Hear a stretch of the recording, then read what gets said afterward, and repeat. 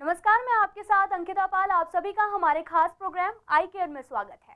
आज हम बात करेंगे तेज धूप से अपनी आंखों को कैसे बचाएं, कैसे करें अपनी आंखों की देखभाल। वैसे आंखों की अहमियत तब पता चलती है जब इनकी रोशनी कमजोर पड़ने लगती है। देखिए आप इस खास रिपोर्ट। आंखों की समस्याएं हर उम्र के लोगों में देखी जाती हैं।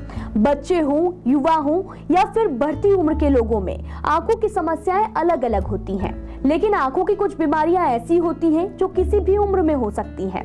गर्मी के दिनों में आंखों में जलन, आंखों में चुभन, आंख का लाल होना, आंख में दर्द होना, ये सब आम समस्याएं हैं। लेकिन इन दिनों गर्मी में लोगों की स्किन ड्राई होने के साथ साथ आंखों में भी सूखापन आ जाता है, जिसके कारण आंखों में इन्फेक्शन होने लगता है। इसलिए अक्सर डॉक्टर कहते हैं कि आंखों की साफ सफाई के साथ इसकी देखभाल भी बेहद जरूरी है।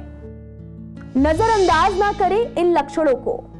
आंखों या सिर में भारीपन, धुंधला दिखाई देना, आंखें लाल होना, उनसे पानी आना, आंखों में खुजली होना, रंगों का साफ दिखाई न देना, सिर दर्द की शिकायत रहना, आंखों में थकावट होना।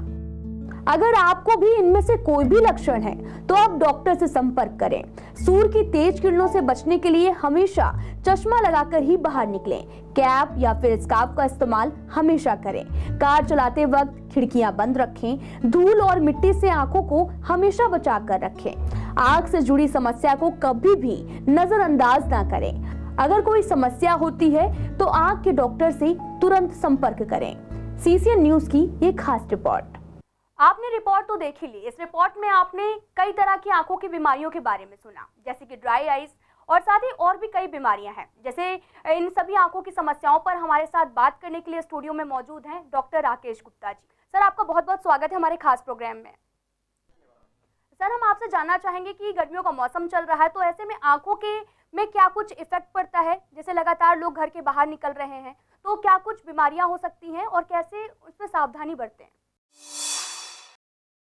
हाँ बिल्कुल अंकिता, देखिए दर्शकों, गर्मी का मौसम आ गया है और तेज़ गर्मी शुरू हो गई है। गर्मी शुरू होते ही लू चलती है, ह्यूमिडिटी बढ़ती है और कई तरह की समस्याएं आती हैं जो आंखों में शुरू हो जाती है। गर्मी के चलते अगर देखा जाए तो आंखों में 3 तरह की मुख्य बीमारियां देखी जाती हैं। एक तो होती है एलर्जी, दूसरी होती है ड्राइनेस और तीसरी होती है वायरल कंजक्टिवाइटिस। हम देख रहे हैं कि इस बार गर्मी में, अगर मई के मौसम की बात कर रहे हैं तो गर्मी भी आ रही है, लेकिन साथ ही साथ बारिश भी होती जा रही है, आंधी तूफान भी चल रहे हैं और इस समय आंखों में समस्या कुछ ज़्यादा देखी जा रही है। ड्राइनेस की बात करें तो ड्राइनेस जाहिर तौर पे होती है क्योंकि तेज़ धूप आपकी आंखों से आंसुओं को चूस लेती है और यदि आप एयर कंडीशन में बैठते तो भी आंसू चूस लेती है।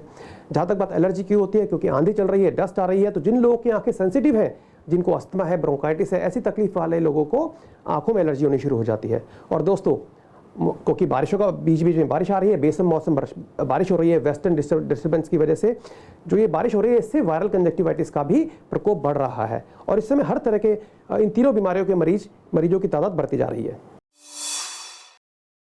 सर, जैसा कि आपने बताया कि अलग अलग वायरल जो फीवर्स हो रहे हैं और साथ ही कुछ बीमारियां भी आपने बताई कि जो आंखों की समस्याएं लगातार उससे हो रही हैं, तो सर हम आपसे जानना चाहेंगे कि किस तरह के मरीज जो हैं अस्पताल में आ रहे हैं। देखिए, अभी जो मरीज आ रहे हैं आंखों में, जो उनमें एक समस्या देखी जा रही है उसमें आंखों में खुजली होना, लाली होना, आंखों में पानी आना, और ये सारे लक्षण जो है ये वायरल कंजक्टिवाइटिस में भी होते हैं दोस्तों और एलर्जी में भी होते हैं। तो यदि आंखों में साथ में कीचड़ में ज़्यादा बनने लग जाता है तो हम उसको कंजक्टिवाइटिस मान के उस दिशा में ट्रीटमेंट करते हैं। लेकिन यदि आंखों में लाली है, पानी आ रहा है, तो हो सकता है कि वो आपको केवल एलर्जी हो, जो कि एलर्जी की दवाई देने से ठीक हो जाता है। और साथ ही साथ आंखों में चुभन होना, एक कंकरियाँ महसूस होना और धुंधलापन आ जाना अचानक से, और उसके आपको लगता कि थोड़ी देर कंप्यूटर पे काम करने के बाद या मोबाइल पे काम करने के बाद धुंधलापन यदि आ जाता है, तो ये सारे लक्षण होते हैं ड्राइनेस के। और ये तीनों ही तरह के जो पेशेंट आ रहे हैं, जैसे मैंने बताया, ये लक्षण ओवरलैप भी करते हैं, यानी कि एलर्जी हो, कंजक्टिवाइटिस हो या ड्राइनेस हो, तीनों का जो है आपस में एक कुछ कॉमन लक्षण होते हैं। इसलिए यदि आपको ये लक्षण होते हैं तो देर ना करें, अपने नेत्र चिकित्सक को दिखाएं ताकि प्रॉपर डायग्नोसिस करके आपकी आंखों का इलाज शुरू किया जा सके। साथ ही सर हम आपसे ये भी जानना चाहेंगे कि समर्स का मौसम है, तो ऐसे में हम घर के अंदर अगर रहते हैं तो एसी, पंखा, कूलर जो भी हमारे पास अवेलेबल होता है वो चला के रखते हैं। लेकिन जैसे ही हम बाहर निकलते हैं तो तेज़ धूप लगती है आंखों में, तो ऐसे में क्या एसी और पंखा, कूलर जो भी एक साथ हम यूज़ कर सकते हैं या फिर कैसे हम बच सकते हैं जैसे हम बाहर निकल रहे हैं? तो क्या कुछ कहना है आपका? देखिए अंकिता, आपने बिल्कुल ये बहुत इंपॉर्टेंट सवाल पूछा है, क्योंकि जब हम एसी में बैठे होते हैं तो दोस्तों कुछ चीज़ हो रही होती है, टेम्परेचर तो कम हो जाता है लेकिन ह्यूमिडिटी भी कम हो जाती है। और ऐसे में ह्यूमिडिटी कम होने से यदि आप एसी में बैठ के ज़्यादा कंप्यूटर, मोबाइल या टीवी देख रहे हैं तो आंखों में इरिटेशन शुरू हो जाती है। यहाँ पे एक समस्या बनती है, जैसे आप अंकिता आपने कहा पंखे की बात है, यदि पंखा चल रहा है और एसी चल रहा है तो एसी ठंडी हवा दे रहा है और कम नमी वाली हवा दे रहा है और पंखा उस हवा को हमारी आंखों में फेंक रहा है, तो उससे क्या होता है, हमारी आंखों में ड्राइनेस बढ़ जाती है। तो ऐसे में पहली बात जो आपने कहा आंखों की देखभाल के लिए, यदि आप एसी चला के बैठे हैं तो टेम्परेचर को 24-25 डिग्री से कम मत करें।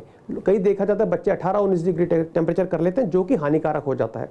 टेम्परेचर ऐसा होना चाहिए जो हमें जिससे गर्मी ना लगे, पसीने ना आए और एक कंफर्टेबल रहे। जितना आप टेम्परेचर कम करेंगे आपका एयर कंडीशन उतनी ही ह्यूमिडिटी को कम करता जाएगा। दूसरी बात, यदि आपको किसी कारण से टेम्परेचर कम रखना पड़ रहा है तो ह्यूमिडिफायर, एक तो होता है डिह्यूमिडिफायर जो ह्यूमिडिटी कम करने की मशीन, एक होती है ह्यूमिडिफायर जो कि नमी को बढ़ाती है। आजकल ह्यूमिडिफायर अवेलेबल है, वो एक इलेक्ट्रॉनिक इक्विपमेंट होता है जो सस्ता भी होता है, कमरे में रख सकते हैं जिससे कि ह्यूमिडिटी मेंटेन रहे। इससे तो हो गई आपकी आंखों की ड्राइनेस कंट्रोल। लेकिन जैसे आपने अंकिता पूछा कि यदि हम एसी से सीधा बाहर तेज धूप में जाते हैं तो देखिए बिल्कुल पुरानी बात है कि सर्दी गर्मी एक साथ हो जाना, तो उससे कभी कभी आंखों में भी समस्या आ जाती है। आप तेज जब आप एसी वाले कमरे से बाहर निकलते हैं तो सबसे पहले तो क्या होता है, जो चश्मा पहनते हैं उनके चश्मा में फॉगिंग हो जाती है। तो ऐसे में आपको ध्यान रखना है कि कभी कभी ये खतरनाक होता है, क्योंकि आप अचानक बाहर निकले और एकदम से फॉगिंग हो जाती है तो आपकी आंख थोड़ी देर के लिए बिल्कुल दिखना बंद हो जाता है, तो आप एक्सीडेंट यानी कि ठोकर खा के गिरना या किसी से टकराने की संभावना बढ़ जाती है। तो पहली टिप तो है कि जो चश्मा पहनते हैं यदि एसी में है तो बाहर निकलते समय चश्मा अपना उतार लीजिए।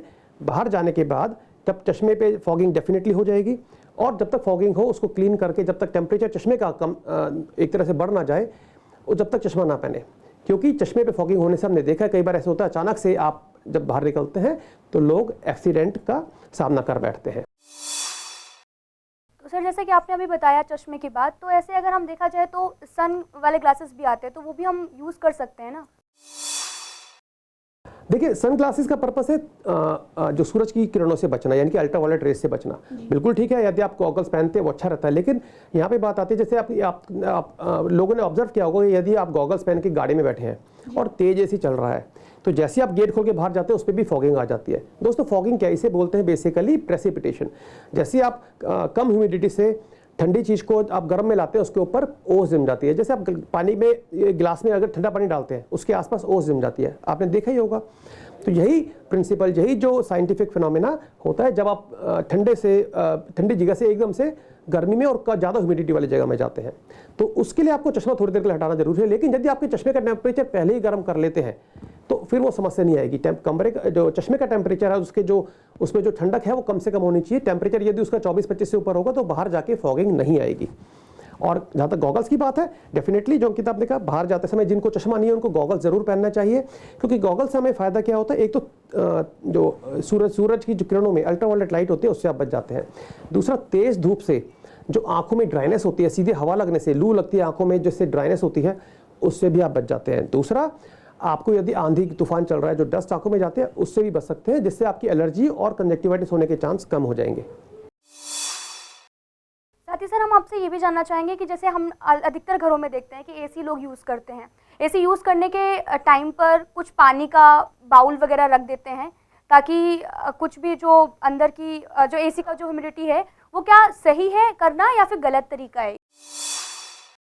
देखिए जैसे मैंने भी थोड़ी देर पहले कहा, ह्यूमिडिफायर बेसिकली क्या करता है, वो जो पानी की छोटे छोटे एक तरह से धुआं निकालता है पानी का, जो कि एक तरह से वेपर्स बन जाते हैं, ठंडे वेपर्स होते हैं वो बेस्ट तरीका है। लेकिन यदि आप वो अफोर्ड नहीं कर सकते तो उसके लिए कई तरीके होते हैं जिससे आप ह्यूमिडिटी मेंटेन करते हैं। जैसे आपने कहा कि आपको इसी बाल्टी में पानी को रख सकते हैं। पानी उससे क्या होगा कि जब पानी आपको वहाँ से चूसेगा तो थोड़ा थोड़ा पानी वहाँ से एवेपोरेट होकर ह्यूमिडिटी मेंटेन करेगा। उतनी तो नहीं करेगा जितना ह्यूमिडिफायर कर सकता है, लेकिन कुछ हद तक मेंटेन करेगा।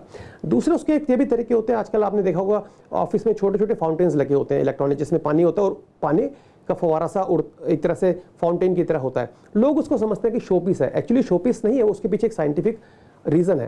क्योंकि जो पानी जब ऊपर छोटी छोटी बूंदें उछलती हैं शॉवर के रूप में तो वो जल्दी इवेपोरेट होती हैं और उससे भी ह्यूमिडिटी मेंटेन की जा सकती है। और एक देसी जुगाड़ जो आता है, जो आप देखेंगे जो गांव में बहुत लोग करते हैं, कोई भी कपड़ा, गमछा, टॉवल है, उसको पानी में भिगो के कहीं पर रख सकते हैं फैला के, उससे भी ह्यूमिडिटी को मेंटेन किया जा सकता है, बढ़ाया जा सकता है। साथ ही सर आपसे ये भी जानना चाहेंगे कि गर्मियों का मौसम है, तो ऐसे में बच्चे हों या फिर बड़े हों तो एंजॉय करना चाहते हैं क्योंकि गर्मी छुट्टियां चल रही हैं, तो ऐसे में वो स्विमिंग पूल जाते हैं या फिर वाटर पार्क जाते हैं या फिर बाहर घूमने लगते हैं, तो ऐसे में उन्हें क्या करना चाहिए? जैसे वाटर पार्क गए तो उनकी आंखों में एलर्जी हो जाती है, उसके बाद वो डॉक्टर से संपर्क नहीं करते, तो ऐसे में उन्हें क्या करना चाहिए? हाँ अंकिता, बिल्कुल आपने ये भी एक अच्छा एक क्वेश्चन उठाया है, क्योंकि गर्मी का मौसम है, स्विमिंग पूल लोग जा रहे हैं, अभी गर्मी की छुट्टियां शुरू हो चुकी हैं तो लोग स्विमिंग पूल जा रहे हैं, वाटर पार्क जाते हैं। और आप सबने देखा होगा कि यहाँ पे एक हर इन पानी में, चाहे स्विमिंग पूल हो चाहे वाटर पार्क है, उसके पानी में क्लोरीन डाला जाता है। क्लोरीन का पर्पस क्या होता है दोस्तों? कि इन्फेक्शन ना हो। बिल्कुल ये एक जरूरी है, क्योंकि जो हम जब बहुत सारे लोग एक ही पूल में जाते हैं, बहुत सारे लोग एक ही जगह वाटर पार्क में जाते हैं, तो इन्फेक्शन एक दूसरे से होने की संभावना बढ़ जाती है। और ये बहुत पुरानी बात है, और अभी कोविड के बाद तो ये कोविड वायरस की वजह से और भी ये रिस्क बढ़ जाता है। तो हमेशा से चाहे स्विमिंग पूल का पानी हो चाहे वाटर पार्क का, इसमें क्लोरीन मिलाया जाता है, ताकि क्लोरीन एक तरह से ऑक्सीडाइजिंग एजेंट होता है जो कि कीटाणुओं को मार देता है। लेकिन क्योंकि वो केमिकल है और यदि एक मात्रा के ऊपर डाला जाए तो वो आंखों में एलर्जी पैदा कर देता है, लाली पैदा कर देता है। तो ये देखा जाता है जब लोग स्विमिंग जाते हैं तो ऐसे बहुत सारे पेरेंट्स आते हैं बच्चों को लेके कि स्विमिंग जब करके आते हैं तो आंखों में लाली आ जाती है। हालांकि वो लाली कुछ घंटों में ठीक भी हो जाती है, लेकिन कुछ बच्चों की आंखें जो नाजुक होते हैं, जैसे किसी की आंखों में एलर्जी रहती है हमेशा, तो उनको आंखों में वो एलर्जी काफ़ी तंग करने लग जाती है और पूरा पूरा दिन रहती है, और कुछ बच्चों को स्विमिंग छोड़नी भी पड़ जाती है। तो देखिए यहाँ पे मैं आपको कुछ टिप्स देना चाहूँगा। पहली बात कि स्विमिंग या वाटर पार्क में जाते समय प्रोटेक्टिव गॉगल्स पहने। स्विमिंग गॉगल्स है वो काफ़ी हद तक आपको प्रोटेक्शन दे सकते हैं। हालांकि कुछ लोगों को स्विमिंग का गॉगल्स पहनने में घुटन महसूस होती है, तो ऐसे में कहते हैं कि आप स्विमिंग करते ही, सपोज आप पौना 1 घंटा स्विमिंग करके निकले, निकलते ही सबसे पहले आप एक साफ पानी से, ठंडे पानी से आंखों को धो लीजिए, ताकि जो भी क्लोरीन आंख में गई है, साफ पानी से धोने के बाद एक्स्ट्रा क्लोरीन आंखों में से निकल जाए और लाली जल्दी ठीक होनी शुरू हो जाएगी। लेकिन यदि आपकी आंखों में हमेशा ही लाली रहती है, रोज हो जाती है और कई घंटे तक रहती है, तो इसका मतलब आपकी आंखें ज़्यादा सेंसिटिव है। तो ऐसे में कुछ आई ड्रॉप्स आती है जो कि आपको डॉक्टर से परामर्श करने के बाद ही लिखी जाती है। यदि आप स्विमिंग करते ही आंखों को धोने के बाद वो ड्रॉप डालेंगे तो आपकी आंखों में लाली आनी बंद हो जाएगी। हालांकि वो दवाई का सेवन हमेशा करना चाहिए जब भी आप स्विमिंग करके निकलते हैं। ये खासकर उन लोगों के लिए जिनकी आंखों में लाली एक सीमा से ज़्यादा होती है और पूरा पूरा दिन रहती है, और यही प्रिंसिपल होता है वाटर पार्क जाने वाले लोगों के लिए। सर जैसे कि आपने आई ड्रॉप की बात की अभी, तो आई ड्रॉप लेने के लिए तो अधिकतर आप देखा जाता है केसेस में कि अगल बगल वाले लोग हैं या फिर मेरे आंखों में एलर्जी है, तो मैंने बताया कि किसी के आंखों में प्रॉब्लम आ गई, तो मैंने उससे कहा कि ये मैंने आई ड्रॉप यूज़ की थी और इस आई ड्रॉप से मुझे बहुत लाभ मिला और मैं बहुत जल्दी सही हो गई। इसके बाद मैंने सामने वाले को बताया जिसके आंखों में प्रॉब्लम है, तो उसने भी वही आई ड्रॉप यूज़ की। तो ऐसे में वो सही है तरीका यूज़ करने का, या फिर मेडिकल स्टोर गए, नॉर्मल हमने जो भी मेडिसिन मांगी और हमें ड्रॉप दे दी गई आई ड्रॉप, और हमने अपनी आंखों में डाल दिया, तो इसके बाद क्या कुछ बहुत सारी समस्याएं हो जाती हैं, इस पर आपका क्या कुछ? बिल्कुल, देखिए अंकिता, आपने बहुत ही एक वो सवाल उठाया जो कि हमारे एक समाज में बहुत गहरी समस्या है कि किसी को भी एक तकलीफ होती है, वो किसी से जिक्र करता है और जिक्र करते सामने वाला एक राय लेकर जरूर आ जाता है, अरे ये दवाई डाल लो, ये मैंने डाली थी, इससे ठीक होता है। वो दवाई का नाम बता देंगे, अपनी दवाई ऑफर कर देंगे, या लोग आमतौर पे केमिस्ट पे जाके दवाई लिखवा लेते हैं। देखिए ऐसा है, मैं ये नहीं कहूँगा कि वो सलाह हमेशा गलत होती है।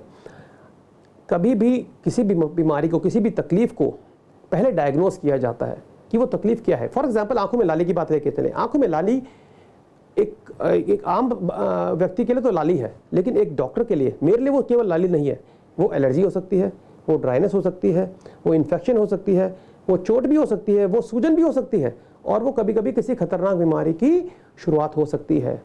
कभी कभी टीबी होने का असर आंखों में आता है, कभी कभी कोई गहरी जैसे सार्कोइडोसिस है, बहुत सारी ऐसी तकलीफें होती है जिससे आंखों में लाली आनी शुरू हो जाती है।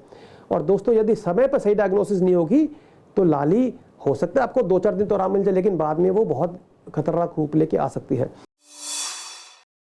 सर जैसा कि आपने बताया ड्रॉप के बारे में कि लोग ले लेते हैं, तो सर आपसे ये भी जानना चाहेंगे कि जो ड्रॉप आती है आई ड्रॉप की बहुत छोटी सी शीशी आती है, लेकिन हम जब अधिकतर देखते हैं कि वो कई घरों में सालों तक पड़ी रहती है, तो फिर जैसे किसी को कोई प्रॉब्लम हुई, उन्होंने आई ड्रॉप का इस्तेमाल कर लिया, तो क्या वो तरीका सही है और कब तक वो एक्सपायरी हो जाती है? क्योंकि खुलने पे कुछ लोग एक्सपायरी डेट भी नहीं देखते, और वहाँ एक्सपायरी डेट भी अगर 2025 लिखी है, 2022 में 2 साल से वो दवा रखी हुई है, तो ऐसे में वो आई ड्रॉप डालना सही तरीका है या फिर गलत?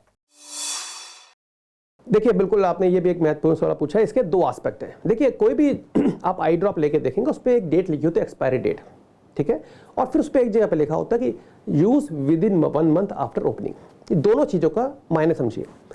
जब भी कोई आपने आई ड्रॉप बनती है वो सील हो जाती है, सील होने के बाद वो दवाई वैलिड रहती है उसकी एक्सपायरी डेट तक, ठीक है। जैसे आप कोई दवाई बनी, आमतौर पे 2 से 3 साल का पीरियड होता है, कोई दवाई का 1 साल का पीरियड होता है। जिस डेट की एक्सपायरी डेट लिखी है उसके बाद उस दवाई को यूज़ नहीं करना चाहिए, क्योंकि उसकी जो एफिकेसी है वो जब तक खत्म होने के चांस हो जाते हैं और हो सकता है उसमें इन्फेक्शन भी आना शुरू हो चुका हो।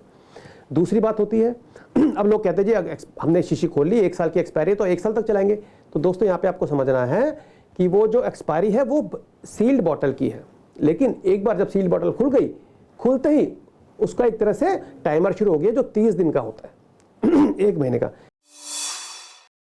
कुल मिलाकर ये आपका कहना है कि वो जो शीशी है वो एक बार खुलने के बाद हम सिर्फ 1 महीने तक ही यूज कर सकते हैं। 1 महीने के बाद वो शीशी को बेकार माना जाता है। उसके बाद एक्सपायरी डेट की वैलिडिटी खत्म हो चुकी है। मैं आपको छोटा सा एग्जांपल देता हूं। कोई भी पैक जूस लेते हैं आप जूस का डब्बा लेते हो, उस पर क्या लिखा होता है? एक्सपायरी डेट लिखा होता है यूज विद इन 6 मंथ्स, ठीक है। 6 महीने के अंदर जूस को आपको पी लेना चाहिए लिखा होता है। लेकिन जब आपने यदि जूस का पैकेट खोल लिया, काट लिया और उसमें से आपने एक बार किसी को सर्व कर दिया और बचे हुए जूस को कब तक यूज करना चाहिए? तो दोस्तों उस पर after opening with in 24 hours, 24 घंटे के अंदर उस जूस को पीना होता है। यदि 24 घंटे के बाद पियेंगे तो उसमें इन्फेक्शन होने का चांस बढ़ जाता है। तो जैसे तो ये हर लिक्विड वाली दवाई के लिए वैलिड होता है कि खुलने के बाद उसकी लाइफ 1 महीने के बाद आई ड्रॉप की हो तो वो उसकी सीमा मानी जाती है। अब आप पूछेंगे कि ऐसा क्यों होता है? तो देखिए, क्योंकि जब वो खुल गई है तो हमारी वो नॉर्मल वातावरण के कांटेक्ट में आ गया है, यानी कि उसमें एक छेद है, जो आपकी हवा है और अंदर जो लिक्विड है उसके बीच में एक कनेक्शन बन गया है। तो उसमें कीटाणु जा सकते हैं, फंगल स्पोर्स जा सकते हैं, उस दवाई के अंदर पड़े पड़े इन्फेक्शन पैदा हो सकता है। और दोस्तों आई ड्रॉप कहाँ डालने वाले हैं? अपनी आंखों में डालने वाले हैं। और आंखों की तो कोई बिल्कुल अमूल्य चीज़ है, तो उसमें आपने वो ड्रॉप डाल दी जिसमें कि इन्फेक्शन पैदा हुआ है। और इन्फेक्शन अगर आंख में गया तो आपकी आंख में उस दवाई से फायदा तो होना नहीं है, बल्कि नुकसान होना शुरू हो जाएगा। तो जैसा कि आंखें हैं, आंखें हमें दुनिया दिखाती हैं, तो इसमें हम ये भी देखना चाहेंगे कि आंखों को सुंदर बनाने के लिए लोग कॉस्मेटिक प्रोडक्ट का भी इस्तेमाल करते हैं। तो कई बार आंखों पर भी वो इफेक्ट करता है। कुछ लोग ऐसे भी होते हैं, उनका प्रोफेशनल है कि उनको मेकअप ही करना होता है, तो उनको मजबूरी में कॉस्मेटिक प्रोडक्ट यूज़ करने पड़ते हैं। तो ऐसे में क्या कुछ इफेक्ट पड़ते हैं और हम कैसे मेकअप का जो यूज़ है वो अपनी आंखों पर करें और कैसे उनकी देखभाल करें? तो देखिए, आई मेकअप अपने आप में एक बड़ा टॉपिक है। लेकिन पहली बात तो है कि आई मेकअप जरूरी है, यस, सोशली, ठीक है ना, कॉस्मेटिकली वो जरूरी हो जाता है। अगर हम मेडिकली बात करें तो देखिए अल्टीमेटली सब केमिकल हैं जो आंखों में अगर डाल रहे हैं, स्किन पे लगा रहे हैं, तो नुकसान करने की संभावना होती है। लेकिन यहाँ पे मैं ये नहीं कहूँ कि एज ए डॉक्टर मैं कह सकता हूँ कि आई मेकअप नहीं करना चाहिए, लेकिन आई मेकअप के बहुत सारे बेनिफिट्स होते हैं और हमारी सोसाइटी में खासकर लेडीज़ के लिए इसको अवॉइड कर पाना असंभव हो जाता है। तो यहाँ पे मैं कुछ टिप्स दूंगा। पहली बात, आपकी अगर स्किन सेंसिटिव नहीं है और अच्छी क्वालिटी का आप आई मेकअप यूज़ कर रहे हैं तो मैं कहूँगा खतरे की बात नहीं है। लेकिन कुछ लोग होते हैं जिनकी आंखें सेंसिटिव हैं, स्किन सेंसिटिव है, उनको मेकअप से एलर्जी हो जाती है, तो उनको ये समझना चाहिए कि आपको उस मेकअप से एलर्जी है तो उसको इस्तेमाल ना करें। दूसरी बात, मेकअप के जो यूज़ करते हैं मटेरियल वो अच्छी क्वालिटी का लें। देखिए, आप कई बार सोचते हैं कि वो 1000 रुपये की है लिपस्टिक, ये 20-50 रुपये की है, तो फ़र्क क्या है? देखिए, फ़र्क तो होता है, क्योंकि जो ब्रांडेड कंपनी की जो चीज़ प्रोडक्ट यूज़ हो रहा है वो टेस्टेड होती है, उसके केमिकल्स, उसकी हर चीज़ लेबोरेटरी से टेस्टेड होती है, उसकी सेंसिटिविटी चेक की जाती है, वो वैलिडेशन किया जाता है। लेकिन अगर कोई एक तरह सस्ती कोई चीज़ मिलती है तो उसकी वैलिडेशन है कि नहीं पता। अल्टीमेटली दोनों केमिकल है, दोनों स्किन पर जा रहे हैं, आँख में जा रहे हैं, परंतु नुकसान हो सकता है। दूसरी बात, शेयर ना करें। आमतौर पे देखा जाता है कि किसी एक के पर्स में लिपस्टिक या पाउडर रखा है और आप शेयर करते रहते हैं। शेयर करने से क्या होता है कि आप एक दूसरे से इन्फेक्शन लेने के चांस बढ़ जाते हैं। दूसरा ये भी होता है कि जब आप कोई चीज़ जब टच कर रहे हैं किसी अपनी स्किन पे, आँख में, तो उसकी जो नेचुरल सेल्स हैं बॉडी के, वो उस मेकअप किट पे, उस ब्रश पे, उस स्टिक पे आ चुका होता है, और जब आप दूसरे में डालते हैं तो वो उसके लिए नुकसान कर सकता है। ठीक है, तो यदि आपको एलर्जी नहीं है तो आप सेफली यूज़ करिए, कम से कम यूज़ करिए, ओकेजनली यूज़ करिए, अच्छे क्वालिटी के यूज़ करिए। जैसे सर अभी आई मेकअप की बात हुई, कॉस्मेटिक प्रोडक्ट की बात हुई, लेकिन अच्छा अक्सर ऐसा देखा जाता है पेरेंट्स जो होते हैं वो अपने बच्चों के आंखों में काजल डालते हैं, लगाते हैं और कहते भी हैं कि बच्चों की आंखें काफ़ी बड़ी हो जाएंगी और जितनी भी डस्ट होगी वो बाहर आ जाएगी। बहुत सारे ऐसे मिथ हैं कि कहा जाता है कि काजल लगाने से बच्चों की आंखें जो हैं वो बहुत सुंदर हो जाएंगे। तो छोटे बच्चों को ही काजल लगाना मतलब वो एक कॉस्मेटिक का प्रोडक्ट ही है जो आई मेकअप के तरीके से हम यूज़ करते हैं, तो वो तरीका सही है या फिर गलत है? देखिए, अगर हम मेडिकल साइंस की बात करें तो ये प्रूव हो चुका है कि वो काजल एक कार्बन है। कार्बन मतलब एक तरह से कोयले में भी कार्बन होता है, काले रंग का एक मटेरियल है। ये सोचना कि उसको लगाने से आंखें स्वस्थ हो जाएंगी या बड़ी हो जाएंगी या सुंदर हो जाएंगी, ये एक मिथ है, ये बिल्कुल मिथ्या है। सच्चाई ये है, तथ्य ये है कि वो एक तरह का कलर है जो कि आंख पे लगाने से आंखें बड़ी दिखती हैं। जी हाँ, अगर आप लाइनर काजल लगाएंगे तो आंखें बड़ी दिखती हैं, बड़ी बड़ी दिखना जब तक है जब तक काजल लगा हुआ है। वो आंख को बड़ा तो कर ही नहीं सकता। ये तो बहुत ही इरैशनल और एक गलत सोच है। दूसरी बात, छोटे बच्चों की आंखों में जो डालने का प्रचलन है, हमने ये तो नहीं देखा आज तक कि किसी को आंखें काजल लगाने से आंखें स्वस्थ हो गई, परंतु हमारे पास ऐसे पेशेंट आते हैं कि काजल लगाने के चक्कर में आंखों में जख्म बन जाते हैं, कभी कभी अल्सर बन जाते हैं। और ऐसे भी बच्चे हमने देखे जिनको काजल से इन्फेक्शन यदि हो गया और वो संभल नहीं पाता तो कभी कभी आंख ब्लाइंड हो जाती है। तो काजल का जो लगाना, जो बड़े लोग लगाते हैं मेकअप के तौर पे, मैं कहूँगा ठीक है, क्योंकि मेकअप हमारी सामाजिक जरूरत है। जैसे आप भी अंकिता है, आपका जो प्रोफेशन है, बहुत सारे ऐसे होते हैं जो फ्रंट डेस्क पे होते हैं, होटल्स में होते हैं, एयर ऑफिस होते हैं, बहुत सारे ऐसे काम होते हैं जहाँ पे कि बिना मेकअप के आपका प्रोफेशन एक तरह से अमान्य हो जाता है। आपकी जो जॉब होती है वो सिक्योर नहीं रहती और आपका प्रोफेशनल जो सर्विसेज है उसकी वैलिडिटी एक तरह से उसको अच्छा नहीं माना जाता। तो वहाँ पे आप ठीक है कि आप मेकअप करिए, लेकिन छोटे बच्चों की आंखों में काजल लगाना मेरे हिसाब से वो उनकी आंखों को टॉर्चर करने जैसा है। आप खतरा ले रहे हैं। किस्मत अच्छी है तो कुछ नहीं होगा, लेकिन यदि इन्फेक्शन हो जाए, चोट लग जाए तो वो बहुत ही नुकसानदेह हो सकता है। साथ ही सर, बच्चे जब छोटे बच्चे होते हैं वो घर पे अभी आए दिन हम देखते हैं कि मोबाइल लेकर खड़े हो जाते हैं और मोबाइल चलाते रहते हैं। तो वो तो बच्चों की बात हुई। अगर हम युवा की बात करें तो उनका काम ही एक कंप्यूटर पर है, तो हम पूरा टाइम सिस्टम पर होते हैं, आगे कंप्यूटर के सामने होते हैं। तो ऐसे में कैसे बचा जा सकता है परेशानियों से कि हमारे आईज में कोई प्रॉब्लम ना हो? देखिए, इसमें बहुत सारे सीसीएन पे पहले प्रोग्राम कर चुके हैं कंप्यूटर विजन सिंड्रोम को लेके। तो जो आपका सवाल है वो इसी से रिलेटेड है कि मोबाइल कंप्यूटर और ज़्यादा इस्तेमाल करने से हमारी आंखों पे बहुत तरह का जोर पड़ता है। तो ये तो एक तरह का इस पर पूरा प्रोग्राम बनाया जा सकता है, लेकिन संक्षेप पे आपने सवाल पूछा ही है तो संक्षेप में जवाब दूंगा। पलकों को ज़्यादा झपकाएं, 20-20 रूल फॉलो करें, यानी कि हर 20 मिनट के बाद 20 सेकंड के लिए 20 फुट की दूरी पे देखें। हर 1 घंटे बाद थोड़ी देर के लिए अपनी चेयर को छोड़ें, थोड़े वॉक करें, क्योंकि लगातार कंप्यूटर पे काम करने से आपकी बैक भी स्टिफ होती है, नेक भी स्टिफ होती है, हाथों को और पूरी बॉडी में एक तरह से नुकसान होने का चांस होता है। तीसरी बात है कि आप ह्यूमिडिटी कंट्रोल करें। अपने जो आपका कंप्यूटर की स्क्रीन है 15 डिग्री नीचे रहनी चाहिए, सीधी हवा आंखों पे नहीं लगनी चाहिए, सीधी रोशनी आंखों पे नहीं लगनी चाहिए। ये सारी सावधानी यदि आप लेके चलते हैं तो आपकी आंखें स्वस्थ भी रहेंगी और अपने कंप्यूटर और मोबाइल का इस्तेमाल आप लिमिटेड तौर पे करते रहेंगे। सर, जैसे कि बच्चे पढ़ाई करते हैं घर पर, तो अधिकतर कहा जाता है कि उचित प्रकाश चाहिए, मतलब लाइटिंग का जो सिस्टम है, सोर्स है, वो काफ़ी अच्छा होना चाहिए।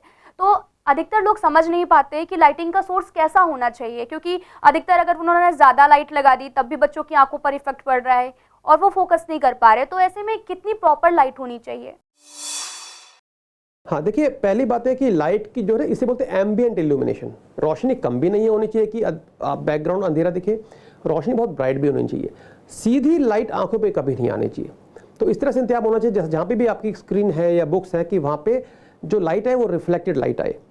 तो यदि आप ऑफिस डेस्क की बात करें तो जैसे स्क्रीन के पीछे कोई खिड़की हो या कोई लाइट का सोर्स डायरेक्ट होगा तो आपकी आंखों पे स्ट्रेन आएगा। तो इसे बोलते हैं एर्गोनॉमिकल सेटिंग होनी चाहिए, वर्किंग एनवायरनमेंट को मॉडिफाई करना चाहिए। जैसे कोव लाइट जली हुई है और इतना हो कि आपकी स्क्रीन का जो बैकग्राउंड का कलर है वो बैकग्राउंड जो आपकी बैकग्राउंड लाइट से थोड़ी सा ही ज़्यादा होना चाहिए। यदि बैकग्राउंड में अंधेरा है और स्क्रीन बहुत डार्क है तो आंखों पे जोर पड़ेगा, क्योंकि हमारे प्यूपिल्स जो है वो डायलेट हो जाएंगे। यदि पीछे बहुत ज़्यादा ब्राइटनेस है तो उस ब्राइटनेस से हमारे प्यूपिल बहुत कंस्ट्रिक्ट हो जाएंगे, तो आंखों के आपको जो स्क्रीन पे दिखना कम होना शुरू हो जाएगा। तो ओवरऑल जो अभी आपकी स्क्रीन की ब्राइटनेस है वो बैकग्राउंड लाइट से थोड़ी सी ज़्यादा होनी चाहिए, और यदि आप ये फॉलो करते तो आपकी आंखों पे असर कम से कम पड़ेगा। सर, जैसा कि लोग होते हैं उनके आंखों में अगर कोई प्रॉब्लम हो जाती है तो वो डॉक्टर के पास नहीं जाते हैं, अक्सर वो डिले करते रहते हैं कि हाँ वो ठीक हो जाएगी, ठीक हो जाएगी। तो हमें कब ज़रूरत होती है डॉक्टर के साथ संपर्क करने के लिए, कि हमें कब जाना चाहिए, क्योंकि हमें खुद ही नहीं पता होता है कि हमें डॉक्टर से संपर्क कब करना है? देखिए, आमतौर पे तो वैसे है कि आपको साल भर में एक बार रूटीन चेकअप तो हमेशा कराते रहना चाहिए, ये देखने के लिए कि कोई चश्मे का नंबर तो नहीं है, आंखों का प्रेशर नॉर्मल है कि नहीं, कोई ग्लूकोमा, कैटरैक्ट या कोई तकलीफ तो पैदा नहीं हो रही या कैटरैक्ट तो नहीं बन रहा। लेकिन यदि आपकी आंख में कोई तकलीफ होती है, जैसे लाली आए, दर्द आए, पानी आ रहा है, चुभन हो रही है, खुजली हो रही है, सूजन हो रही है, यदि ऐसी कोई भी तकलीफ आए तो आपको अपने नेत्र विशेषज्ञ से जल्दी परामर्श करना चाहिए, क्योंकि ये तकलीफें आमतौर पे कभी कभी हल्के तौर पे होती है जो सिंपल दवाइयों से ठीक हो जाती है, परंतु जैसे मैंने बताया कुछ खतरनाक बीमारियों की शुरुआत का भी संकेत दे सकती हैं। जैसे अगर काला मोतिया होता है तो उसमें आंख में दर्द के साथ लाली आनी शुरू हो जाती है, विजन कम होनी शुरू हो जाती है। यदि वायरल इन्फेक्शन होता है जिसमें हर्पीज है, जोस्टर हो, तो उसमें यदि विद इन 72 आवर्स दवाई शुरू नहीं होगी तो वो काफ़ी बड़ा रूप ले सकती है। और यदि आंखों में यूवेटिस यानी कि आंख के अंदर सूजन आ रही है तो आंख के अंदर के मांस को चिपकाने लगती है। यदि आपने समय रहते उसका इलाज शुरू नहीं किया तो वो नुकसानदेह हो सकती है। तो मैं कहूँगा यदि आपकी आंख में सपोज आपका कोई लाली चुभन शुरू होती है और आपका कुछ 2 या 3 घंटे में ठीक नहीं हो रहा तो आपको तुरंत अपॉइंटमेंट लेना चाहिए और अपने नेत्र विशेषज्ञ को दिखाना चाहिए। साथ ही सर हम बात करेंगे कि जब भी हम अधिकतर टीवी में भी एडवर्टीजमेंट देखते हैं और हर जगह देखते हैं कि सनस्क्रीन, तो सनस्क्रीन में ज़्यादा मात्रा में SPF होता है जो कि सन से प्रोटेक्ट करता है हमारे स्किन को, और आंखों में मतलब ऐसा कुछ हम यूज़ कर सकते हैं, SPF वगैरह कुछ आता है या फिर कैसा, मतलब कुछ जैसे इस हिसाब से वो बचा जा सके सूरज की रोशनी से? तो देखिए हमारी स्किन, क्योंकि हमारी स्किन ना उसके ऊपर एक केराटिन लेयर होती है तो वहाँ पे आप कोई भी क्रीम लगा सकते हैं जिसमें SPF वाली क्रीम, लेकिन आंखों के लिए कोई ऐसी आई ड्रॉप नहीं है जो कि आप उसको बचने के लिए लगा सकते हैं। लेकिन उसके लिए गॉगल्स सब्स्टिट्यूट होता है, क्योंकि जो SPF किस चीज़ से बचाता है, अल्ट्रावायलेट लाइट से बचाता है। जो अल्ट्रावायलेट लाइट है वो उसको अब्जॉर्ब कर लेता है और वो स्किन पे टैनिंग नहीं होने देता और नुकसान नहीं होने देता। परंतु आंखों के लिए गॉगल्स जो हमारे सन ग्लासेस होते हैं, अच्छी ब्रांडेड अगर आप गॉगल्स लेते हैं तो उसमें UV प्रोटेक्शन होती है, और UV प्रोटेक्शन होता है UVA और B 2 लाइट से बचने के लिए होता है। यदि वो आप उससे बचते हैं तो जो SPF वाला जो एडवांटेज स्किन पे क्रीम से मिलता है वही एडवांटेज आपको अपने गॉगल से मिल सकता है, और यही कोटिंग आपके चश्मे के ऊपर भी होती है, UV प्रोटेक्शन कोटिंग, जिससे कि आपको जो सनलाइट से आंखों पे जो होने वाला नुकसान है उससे आप बच सकते हैं। साथ ही सर हम आपसे ये भी जानना चाहेंगे कि हमें आई टेस्ट कराना चाहिए, लेकिन कब कब कराना चाहिए ये हमारे दर्शकों को नहीं पता होता है अधिकतर, तो इस पर आपका क्या कहना है? देखिए आई चेकअप की जहाँ तक बात है कि साल में एक बार आपको 2 घंटे अपनी आंखों के लिए जरूर निकालने चाहिए। 2 घंटे का, मैंने 2 घंटे सुन के घबरा गए होंगे कुछ लोग। 2 घंटे, जी हाँ, आंखें आपको पूरा हमेशा आपको कंप्यूटर मोबाइल हर जगह हेल्प कर रही होती है, तो 2 घंटे आपको साल में एक बार निकालना चाहिए, जिसमें कि आंखों का रूटीन चेकअप करना चाहिए डायलेशन के साथ। देखिए आमतौर पे लोग क्या सोचते हैं कि विजन चेकअप, किसी चश्मे की दुकान पे जाएंगे, नज़र चेक कराएंगे, हाँ भाई 6/6 आ रही है, चश्मा चेंज कराया, अगर नहीं भी आ रही चश्मे से 6/6 आ गई, लोग सोचते हैं मेरी नज़र चश्मे बदल के ठीक हो गई और आई चेकअप हो गया। दोस्तों ये अपने आप को बहुत बड़ा धोखा देने वाली बात है। ये उस तरह की बात है कि आपने अगर शरीर का मेजरमेंट वेइंग मशीन पे चढ़े, आपका वेट अगर स्टेबल है तो उसका मतलब आपके शरीर में कोई बीमारी ही नहीं है। दोस्तों ऐसा नहीं होता। नज़र तो केवल एक फंक्शन है आँख का, लेकिन आँख के बहुत सारे हिस्सों में अलग अलग तकलीफ हो सकती है जिसमें आपकी नज़र नॉर्मल रह सकती है। जैसे काला मोतिया है, काला मोतिया होगा तो शुरू में आपकी नज़र 6/6 पूरी रहेगी। मोतियाबिंद बन रहा है उसमें भी शुरू में 6/6 रहेगी। शुगर का असर आंखों पे आ रहा है तो भी 6/6 रहेगी। केराटोकोनस असर है उसमें भी 6/6 रहेगी। तो यहाँ पे हमें समझना है कि vision checkup is not same, यानी कि नज़र की जाँच और आंखों की जाँच एक बराबर नहीं है। नज़र की जाँच केवल एक कदम है जो कि पूरी आंखों की जांच में किया जाता है। यदि हम आंखों की जांच की बात करें तो उसमें नज़र की जांच भी की जाती है, चश्मे की जांच भी की जाती है, आंखों के प्रेशर की जांच भी की जाती है, स्लिट लैंप एग्जामिनेशन यानी कि पुतली की जांच की जाती है, मोतियाबिंद है कि नहीं वो जांच की जाती है। उसके बाद फिर चेक की पुतली फैला के अंदर पर्दे की जांच की जाती है, नस की जांच की जाती है। तो आपकी आंखों के हर हिस्से की जांच होना जरूरी है। फिर दोनों आंखों का आपस में अलाइनमेंट कैसा है, स्क्विंट है कि नहीं, वो भी जांच की जाती है। तो यदि आप 2 घंटे निकालते हैं, एक अच्छे नेत्र विशेषज्ञ के पास जाते हैं, तो उस 2 घंटे में आपका आंखों की पूरी जांच हो जाती है और फिर आप 1 साल आराम से निश्चिंत होकर रह सकते हैं। लेकिन जहाँ पे मैं कहूँगा कुछ लोगों को 1 साल से पहले भी आंखों की जांच कराने की जरूरत पड़ती है। वो लोग कौन हुए? वो लोग हुए जिनकी फैमिली में कोई आंख में खतरनाक बीमारी की फैमिली हिस्ट्री है, जैसे काला मोतिया हो गया, डायबिटिक रेटिनोपैथी होगी, मोतियाबिंद हो गया। उसके अलावा यदि आपके शरीर में बीमारी है जैसे डायबिटीज़ है, थायराइड है, ब्लड प्रेशर है, तो भी आपको 6-6 महीने में जांच कराती रहनी चाहिए। लेकिन यदि आपकी आंख में कोई तकलीफ शुरू हो गई है जैसे काला मोतिया या डायबिटिक रेटिनोपैथी, तो आपको डॉक्टर की सलाह के अनुसार, हो सकता है वो आपको हर 2 हफ्ते में बुलाएं, हर 2 महीने में बुलाएं या 3 महीने में बुलाएं, उनकी सलाह को मान के जल्दी ही जांच करानी चाहिए। सर कुल मिलाकर जिनको कोई प्रॉब्लम है तो वो 6 महीने में टेस्ट करा सकते हैं, और अगर जिनको कोई प्रॉब्लम नहीं है वो भी 1 साल के अंतराल में अपने आंखों के टेस्ट कराना बहुत ज़रूरी होता है। बहुत बहुत धन्यवाद सर, आप हमारे साथ में जुड़े और हमारे दर्शकों को इतनी सारी जानकारी दी। फिलहाल हमारे इस खास प्रोग्राम में आज के लिए इतना ही। देखते रहिए आप CCN लाइव।